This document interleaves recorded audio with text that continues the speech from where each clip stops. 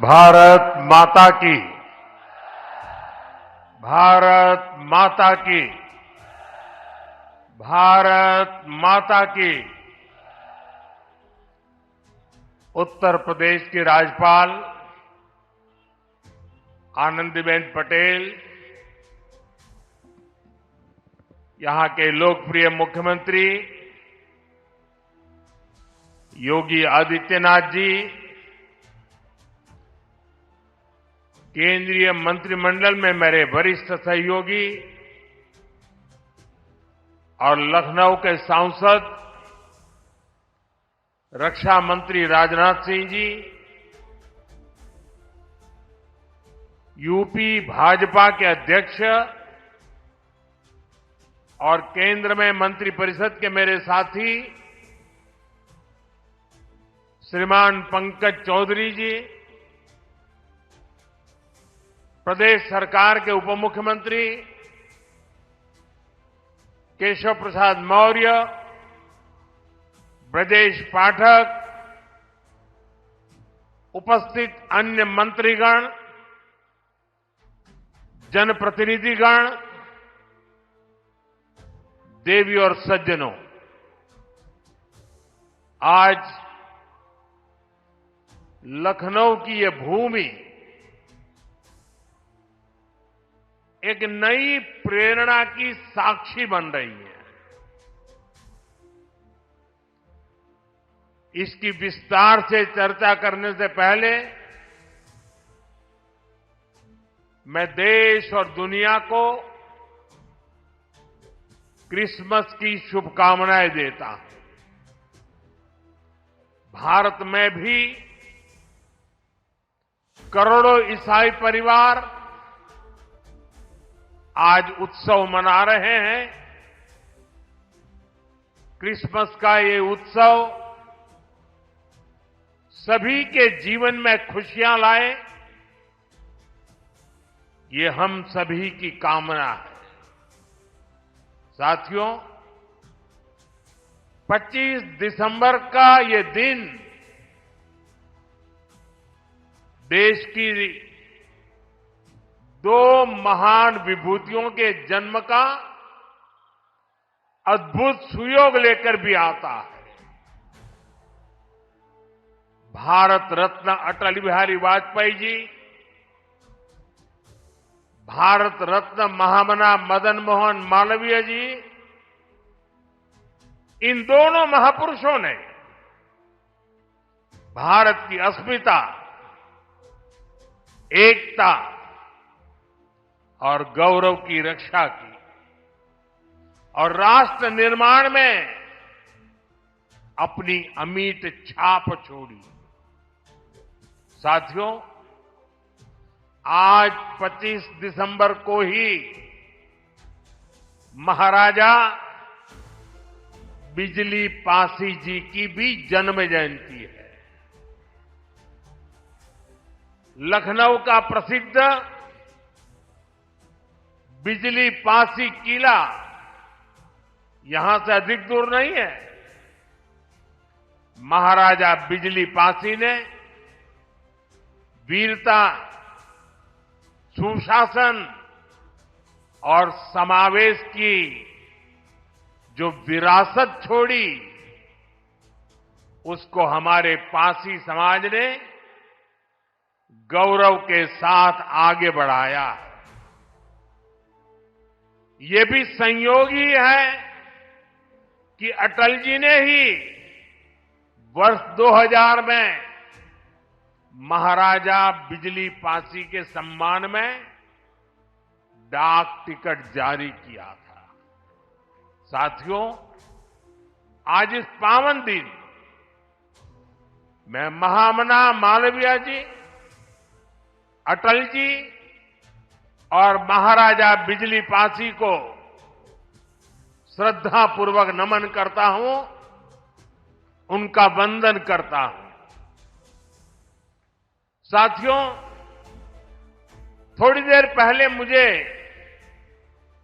यहां राष्ट्र प्रेरणा स्थल का लोकार्पण करने का सौभाग्य मिला है। ये राष्ट्र प्रेरणा स्थल उस सोच का प्रतीक है जिसने भारत को आत्मसम्मान, एकता और सेवा का मार्ग दिखाया है।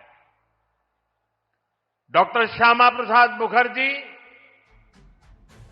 पंडित दीनदयाल उपाध्याय जी और अटल बिहारी वाजपेयी जी, इनकी विशाल प्रतिमाएं जितनी ऊंची है, इनसे मिलने वाली प्रेरणाएं उससे भी अधिक बुलंद है। अटल जी ने लिखा था, नीरवता से मुखरित मधुबन, परहित अर्पित अपना तन मन, जीवन को शत शत आहुति में जलना होगा, गलना होगा, कदम मिलाकर चलना होगा। ये राष्ट्र प्रेरणा स्थल हमें संदेश देता है कि हमारा हर कदम, हर पग, हर प्रयास राष्ट्र निर्माण के लिए समर्पित हो। सबका प्रयास ही विकसित भारत के संकल्प को सिद्ध करेगा। मैं लखनऊ को, उत्तर प्रदेश को, पूरे देश को इस आधुनिक प्रेरणा स्थली की बधाई देता हूं। और जैसा अभी बताया गया और वीडियो में भी दिखाया गया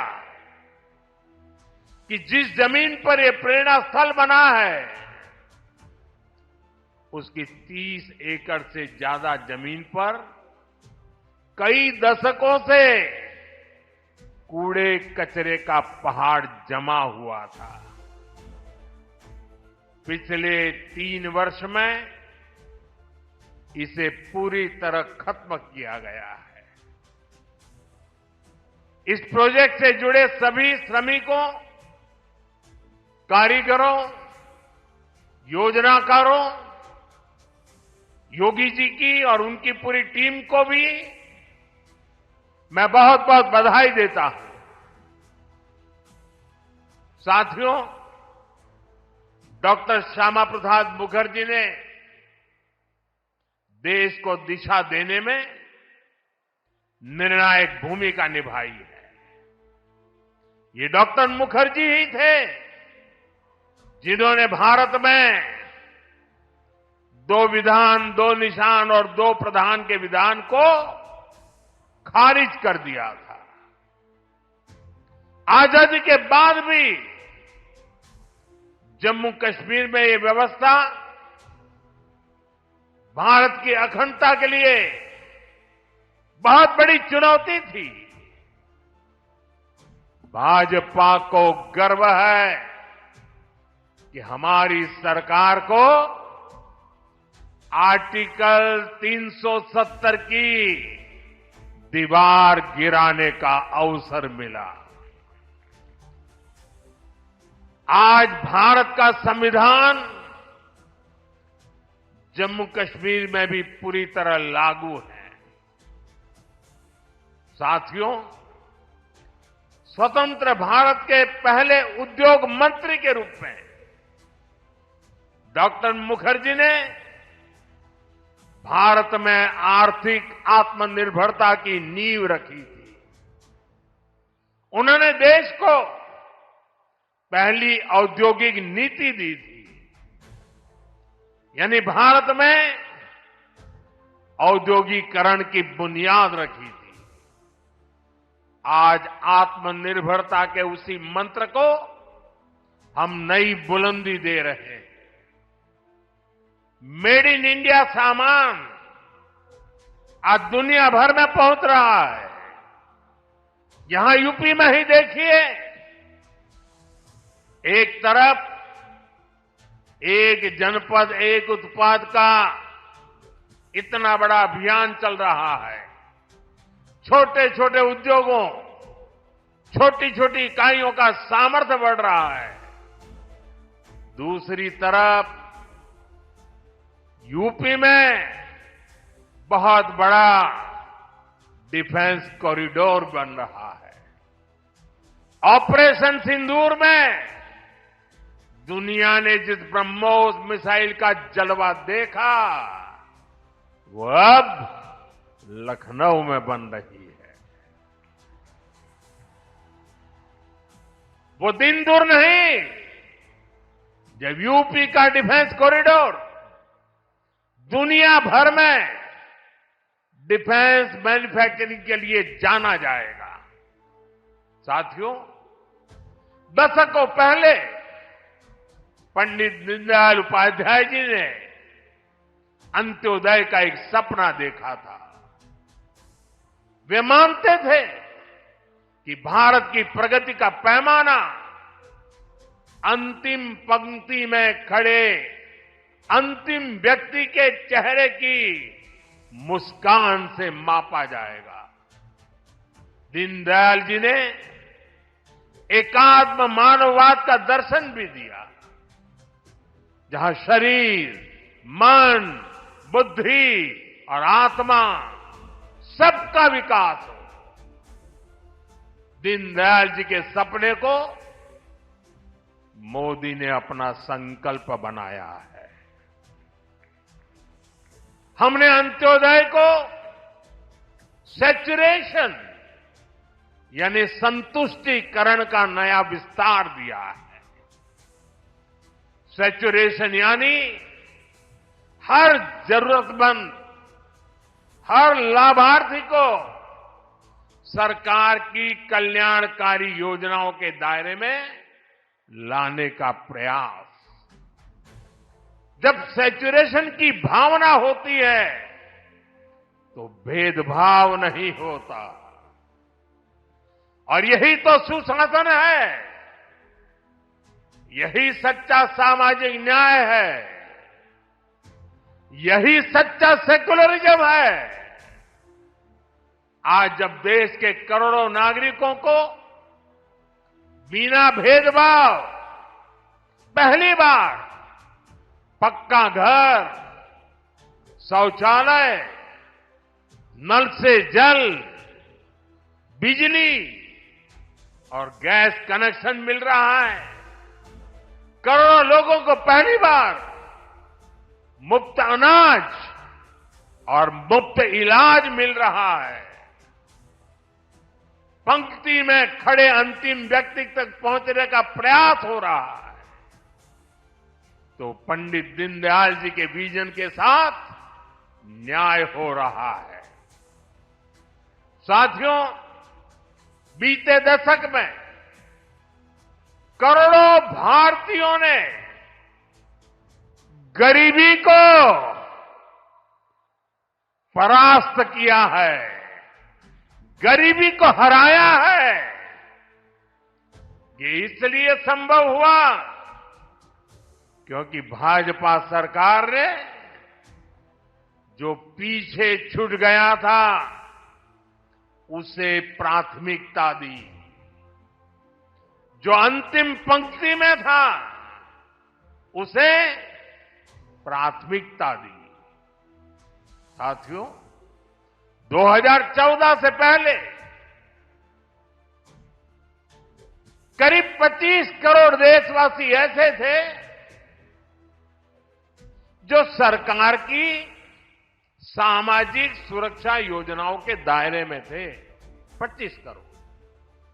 आज करीब 95 करोड़ भारतवासी इस सुरक्षा कवच के दायरे में है। उत्तर प्रदेश में भी बड़ी संख्या में लोगों को इसका लाभ मिला है। मैं आपको एक और उदाहरण देता हूं। जैसे बैंक खाते सिर्फ कुछ ही लोगों के होते थे, वैसे ही बीमा भी कुछ ही संपन्न लोगों तक सीमित था। हमारी सरकार ने अंतिम व्यक्ति तक बीमा सुरक्षा पहुंचाने का बीड़ा उठाया। इसके लिए प्रधानमंत्री जीवन ज्योति बीमा योजना बनाई। इससे मामूली प्रीमियम पर 2 लाख रुपए का बीमा सुनिश्चित हुआ। आज इस स्कीम से 25 करोड़ से ज्यादा गरीब जुड़े हैं। इसी तरह दुर्घटना बीमा के लिए प्रधानमंत्री सुरक्षा बीमा योजना चल रही है। इससे भी करीब 55 करोड़ गरीब जुड़े हैं। ये वो गरीब देशवासी हैं जो पहले बीमा के बारे में सोच भी नहीं पाते। साथियों, आपको जानकर के हैरानी होगी, इन योजनाओं से करीब करीब 25,000 करोड़ रुपए का क्लेम इन छोटे छोटे परिवार के छोटे छोटे जिंदगी के गुजारे करने वाले मेरे सामान्य गरीब परिवारों तक 25,000 करोड़ रुपया का लाभ पहुंचा है। यानी संकट के समय ये पैसा गरीब परिवारों के काम आया है। साथियों, आज अटल जी की जयंती का ये दिन सुशासन के उत्सव का भी दिन है। लंबे समय तक देश में गरीबी हटाओ जैसे नारों को ही गवर्नेंस मान लिया गया था, लेकिन अटल जी ने सही मायने में सुशासन को जमीन पर उतारा। आज डिजिटल पहचान की इतनी चर्चा होती है, इसकी नींव बनाने का काम अटल जी की सरकार ने ही किया था। उस समय जिस विशेष कार्ड के लिए काम शुरू हुआ था, जो आज आधार के रूप में विश्वविख्यात हो चुका है, भारत में टेलीकॉम क्रांति को गति देने का श्रेय भी अटल जी को ही जाता है। उनकी सरकार ने जो टेलीकॉम नीति बनाई, उससे घर घर तक फोन और इंटरनेट पहुंचना आसान हुआ और आज भारत दुनिया में सबसे अधिक मोबाइल और इंटरनेट यूजर वाले देशों में से एक है। साथियों, आज अटल जी जहां होंगे, इस बात से प्रसन्न होंगे कि बीते 11 वर्षों में भारत दुनिया का दूसरा बड़ा मोबाइल फोन निर्माता बन गया है। और जिस यूपी से वे सांसद रहे, वो यूपी आज भारत का नंबर 1 मोबाइल मैन्युफैक्चरिंग राज्य बना है। साथियों, कनेक्टिविटी को लेकर अटल जी के विजन ने 21वीं सदी के भारत को शुरुआती मजबूती दी। अटल जी की सरकार के समय ही गांव गांव तक सड़कें पहुंचाने का अभियान शुरू किया गया। उसी समय स्वर्णिम चतुर्भुज यानी हाईवे के विस्तार पर काम शुरू हुआ था। साथियों, साल 2000 के बाद से प्रधानमंत्री ग्रामीण सड़क योजना के तहत अब तक करीब 8 लाख किलोमीटर सड़कें गांवों में बनी है और इनमें से करीब 4 लाख किलोमीटर ग्रामीण सड़कें पिछले 10-11 साल में बनी है। और साथियों, आज आप देखिए, आज हमारे देश में अभूतपूर्व गति से एक्सप्रेसवे बनाने का काम कितनी तेजी से चल रहा है। हमारा यूपी भी एक्सप्रेसवे स्टेट के रूप में अपनी पहचान बना रहा है। वो अटल जी ही थे जिन्होंने दिल्ली में मेट्रो की शुरुआत की थी। आज देश के 20 से ज्यादा शहरों में मेट्रो नेटवर्क लाखों लोगों का जीवन आसान बना रहा है। भाजपा एनडीए सरकार ने सुशासन की जो विरासत बनाई है, उसे आज भाजपा की केंद्र और राज्य की सरकारें नए आयाम, नया विस्तार दे रही है। साथियों, डॉक्टर मुखर्जी, पंडित दीनदयाल जी, अटल जी, इन 3 महापुरुषों की प्रेरणा, उनके विजनरी कार्य, ये विशाल प्रतिभाएं विकसित भारत का बहुत बड़ा आधार है। आज इनकी प्रतिभाएं हमें नई ऊर्जा से भर रही है। लेकिन हमें यह नहीं भूलना है कि आजादी के बाद भारत में हुए हर अच्छे काम को कैसे एक ही परिवार से जोड़ने की प्रवृत्ति पनपी। किताबें हो, सरकारी योजनाएं हो, सरकारी संस्थान हो, गली, सड़क, चौराहे हो, एक ही परिवार का गौरवगान, एक ही परिवार के नाम, उनकी ही मूर्तियां, यही सब चला। भाजपा ने देश को एक परिवार की बंधक बनी इस पुरानी प्रवृत्ति से भी बाहर निकाला है। हमारी सरकार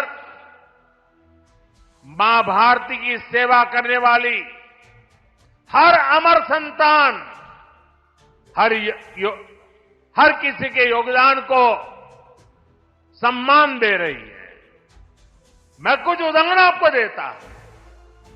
आज नेताजी सुभाष चंद्र बोस की प्रतिमा दिल्ली के कर्तव्य पथ पर है।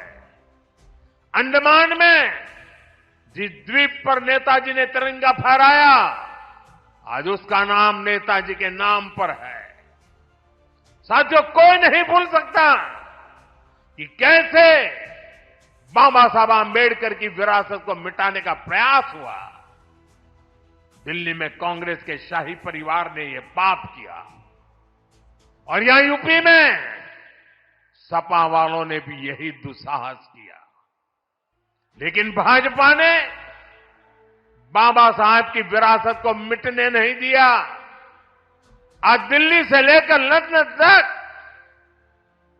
बाबा साहब आंबेडकर के पंचतीर्थ उनकी विरासत का जयघोष कर रहे हैं। साथियों, सरदार वल्लभ भाई पटेल ने सैकड़ों रियासतों में बटे हमारे देश को एक किया था। लेकिन आजादी के बाद उनके काम और उनके कद दोनों को छोटा करने का प्रयास किया गया। ये भाजपा है जिसने सरदार साहब को वो मान सम्मान दिया जिसके वो हकदार थे। भाजपा ने ही सरदार पटेल की विश्व की सबसे ऊंची प्रतिमा बनाई।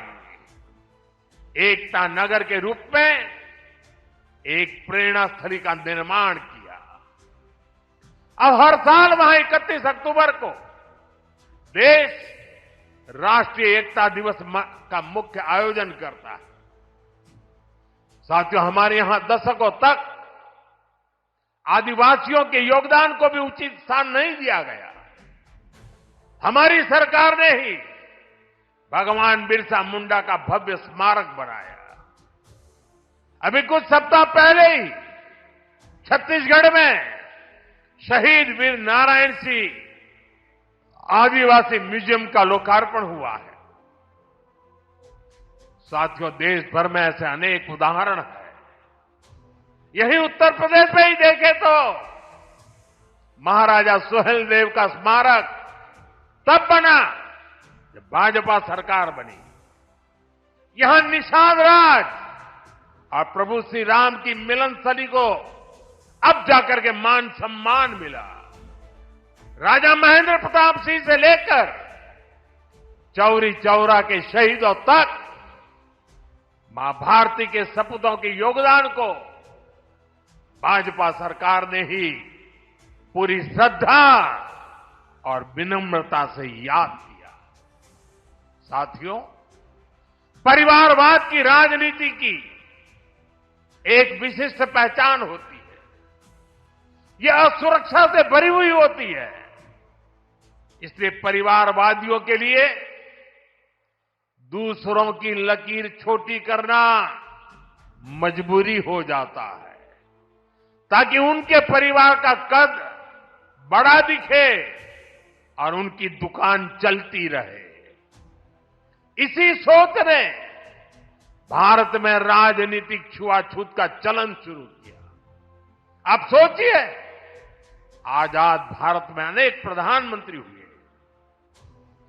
लेकिन राजधानी दिल्ली में जो म्यूजियम था उसमें अनेक पूर्व प्रधानमंत्रियों को नजरअंदाज किया गया। इस स्थिति को भी भाजपा ने, एनडीए ने ही बदला है। आज आप दिल्ली जाते हैं तो भव्य प्रधानमंत्री संग्रहालय आपका स्वागत करता है। वहां आजाद भारत के हर प्रधानमंत्री, चाहे कार्यकाल कितना भी छोटा रहा हो, सबको उचित सम्मान और स्थान दिया गया है। साथियों, कांग्रेस और उसके सहयोगियों ने राजनीतिक रूप से भाजपा को हमेशा अछूत बनाए रखा, लेकिन भाजपा के संस्कार हमें सबका सम्मान करना सिखाते हैं। बीते 11 वर्षों में भाजपा सरकार के दौरान, एनडीए सरकार के दौरान नरसिम्हा राव जी और प्रणव बाबू को भारत रत्न दिया गया है।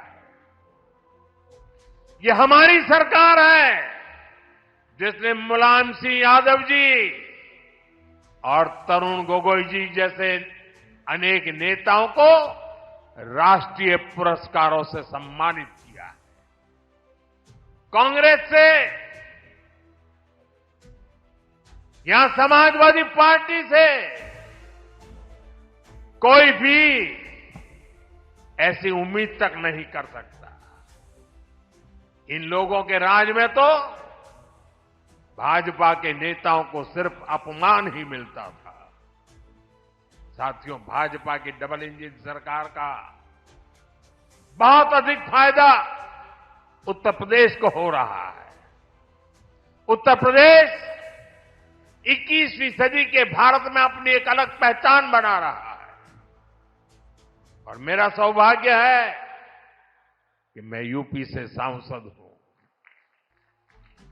आज मैं बहुत गर्व से कह सकता हूं कि उत्तर प्रदेश के मेहनतकश लोग एक नया भविष्य लिख रहे हैं। कभी यूपी की चर्चा खराब कानून व्यवस्था को लेकर होती थी, आज यूपी की चर्चा विकास के लिए होती है। आज यूपी देश के पर्यटन मानचित्र पर तेजी से उभर रहा है। अयोध्या में भव्य राम मंदिर, काशी विश्वनाथ धाम, ये दुनिया में यूपी की नई पहचान के प्रतीक बन रहे हैं और राष्ट्र प्रेरणा स्थल जैसे आधुनिक निर्माण उत्तर प्रदेश की नई छवि को और अधिक रोशन बनाते हैं। साथियों, हमारा उत्तर प्रदेश सुशासन, समृद्धि, सच्चे सामाजिक न्याय के मॉडल के रूप में और बुलंदी हासिल करे, इसी कामना के साथ आप सभी को फिर से राष्ट्र प्रेरणा स्थल की बधाई। मैं कहूंगा डॉक्टर श्यामा प्रसाद मुखर्जी, आप कहेंगे अमर रहे, अमर रहे। मैं कहूं पंडित दीनदयाल उपाध्याय जी, आप कहें अमर रहे, अमर रहे। मैं कहूं अटल बिहारी वाजपेयी जी, आप कहें अमर रहे, अमर रहे। पंडित श्यामा प्रसाद मुखर्जी, श्यामा प्रसाद मुखर्जी, श्यामा प्रसाद मुखर्जी, पंडित दीनदयाल जी, पंडित दीनदयाल जी, पंडित दीनदयाल जी, अटल बिहारी वाजपेयी जी, अटल बिहारी वाजपेयी जी, अटल बिहारी वाजपेयी जी। भारत माता की वंदे वंदे। बहुत बहुत धन्यवाद।